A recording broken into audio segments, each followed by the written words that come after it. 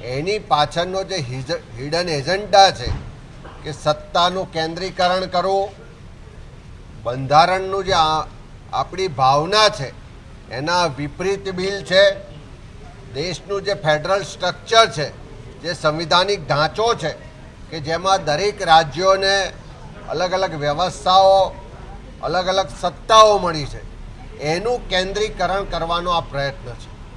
સાથે સાથે જે બિલના પ્રાવધાન આપ્યા છે કે કોઈ રાજ્યમાં સરકાર સામે અવિશ્વાસ પ્રસ્તાવ આવે કે કોઈ રાજ્ય સરકાર એ સરકારનું ભંગ કરે તો એવા સંજોગોમાં મધ્યવર્તી ચુનાવ નહીં થઈ શકે અને થશે તો બાકીના પીરિયડ માટે જ કરવામાં આવશે.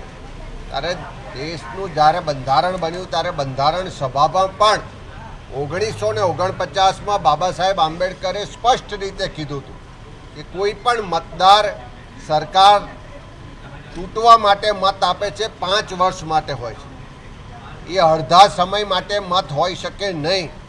ત્યારે એ જે વ્યવસ્થાઓ આ બિલમાં લાવવામાં આવી છે એનો અમે વિરોધ કરીએ છીએ. સાથે સાથે જે એમણે એના ઉદ્દેશ બતાવ્યા છે કે વન નેશન વન ઇલેક્શન એટલા માટે કારણ કે ખર્ચામાં કમી થાય, એટલા માટે કે મશીનરી ઓછી રોકાય, પણ જે જમીનની હકીકત જોઈએ છે તો દરેક રાજ્યોના સેન્ટ્રલ ગવર્મેન્ટના બજેટના 1% પણ ઓછી રકમ આ ચૂંટણીઓની વ્યવસ્થામાં ખર્ચ થાય છે. પણ સાથે એક સાથે ઇલેક્શન કરાવશે તો આટલો મોટો સુરક્ષા બળો ક્યાંથી આવશે? એક સાથે આટલા ઈવીએમ કે વીવીપેટ ખરીદવાના થશે તો એનો કેટલા કરોડોનો ખર્ચ થશે?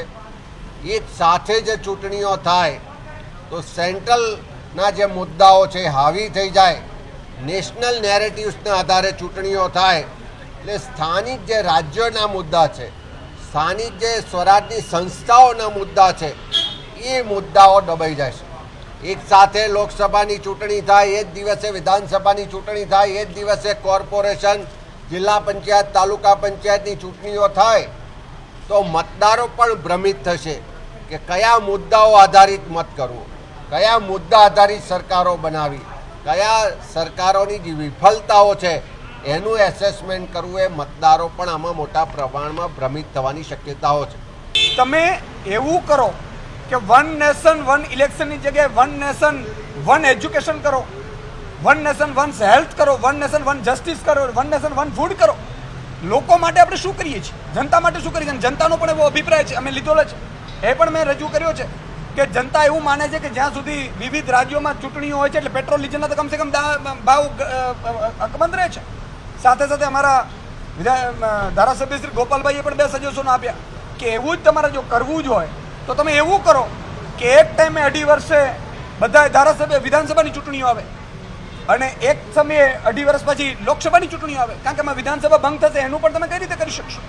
વિધાનસભા ભંગ થયા પછી કેટલો સમય સુધી રાષ્ટ્રપતિ શાસન રહેશે, કઈ રીતે રહેશે, સરકારો પડી જાય છે, પાડી દેવામાં આવે છે, તો એના માટેની શું વ્યવસ્થાઓ છે? આ બધા મુદ્દાઓ અમે જેપીસી समक्ष મૂક્યા છે. आज देश के कई सारे राज्यों में, इवन गुजरात में भी इतनी छोटी छोटी जगह पे बूथ बना हुआ है कि वहाँ पे 5 लोगों का ढंग के बैठने की जगह नहीं है. अगर वन नेशन वन इलेक्शन होगा तो एक ईवीएम, एक बैलेट यूनिट, एक कंट्रोल यूनिट और एक होगा वीवीपैट. 3 मशीन लोकसभा के, 3 मशीन राज्य की चुनाव के, 3 मशीन जिला पंचायत के, 3 मशीन हो गए महानगर पालिका के. यानी कि 3 चुनाव साथ में हो गए तो 15 मशीनें रखने का कमरा कहाँ है? देश के हजारों स्कूलों में इतने कमरे नहीं है कि जहाँ एक साथ सारी मशीन एक कमरे में रखी जाए, लोगों को बिठाया जाए. इसके बारे में किसी ने कोई कुछ सोचा नहीं है कि रखेंगे कहाँ, मशीन कहाँ रखेंगे, लोग कहाँ रखेंगे. एक वोट डालने के लिए 45 सेकंड का टाइम लगता है. अगर मान लो किसी आदमी को एक साथ चुनाव हो रहे 3 वोट डालने हैं, स्थानीय निकाय में डालना है, लोकसभा में डालना है, विधानसभा में डालना है, 45 सेकंड यानी 1.5 मिनट तक एक आदमी वोट डालता रहेगा. जब एक आदमी को वोट देने के लिए 1.5 मिनट लगेगा तो सारे लोग लाइन में खड़े खड़े बोर हो जाएंगे. हो सकता है वोट बिना दिए भाग जाए. कुल મળીને બધા જ સ્ટાફની વાત કરીએ તો 50 લાખ કલાક એ એક વિધાનસભા ચૂંટણી હોય કે લોકસભાની ચૂંટણી હોય તો એક રાજ્યની અંદર 50 લાખ કલાક એ આપણા જે આખી ટીમ છે એમાં નીકળી જતા હોય છે. સામાન્ય રીતે ચૂંટણી ડિક્લેર થાય એટલે આ બધા જ કામગીરીમાં સામાન્ય નાગરિકોના હિતના કામોને ખૂબ મોટું નુકસાન થતું હોય છે. મોડલ કોડ ઓફ કન્ડક્ટ લોકસભાની ચૂંટણીઓમાં 60 દિવસથી લઈને 85 દિવસની આસપાસના રહેતા હોય. વિધાનસભાની ચૂંટણીઓમાં 45 થી 50 દિવસ મોટા મોટી ચૂંટણીને આયોજનમાં નીકળી જતા હોય. આ બધો જ સમય આપણા ગુજરાતના આખી ટીમના બચી શકે અને લોકોને હજી વધુ લાભ કઈ રીતે આપી શકાય તે માટે અલગ અલગ ચૂંટણીઓ કરવાની બદલે એક સાથે ચૂંટણી થાય તો સામાન્ય નાગરિકોનો સમય બચે. એક વ્યક્તિએ 5 વર્ષમાં 2-2, 3-3 વાર મત આપવા જવું પડે, ઘરેથી મતદાન કેન્દ્ર તક જવાનું. દરેક ચૂંટણીની અંદર શહેરમાં બધા જ કામો બંધ થતા હોય છે, ઓફિસો બંધ રહેતી હોય છે, વ્યક્તિએ દર ચૂંટણીમાં લાઇનમાં ઊભું રહેવાનું. એટલે આ બધી જ વસ્તુઓમાંથી બહાર નીકળીને વન નેશન વન ઇલેક્શન થાય તો સામાન્ય નાગરિકને, વ્યવસ્થાઓને, લો એન્ડ ઓર્ડરને, સામાજિક જે દરેક ચૂંટણીઓમાં ગામડાઓની અંદર નાની મોટી જે અનબન થતી હોય છે એનામાં બી રોક લાગે. તો સામાન્ય રીતે વન નેશન વન ઇલેક્શન એ દેશના સૌ નાગરિકોના હિતમાં છે.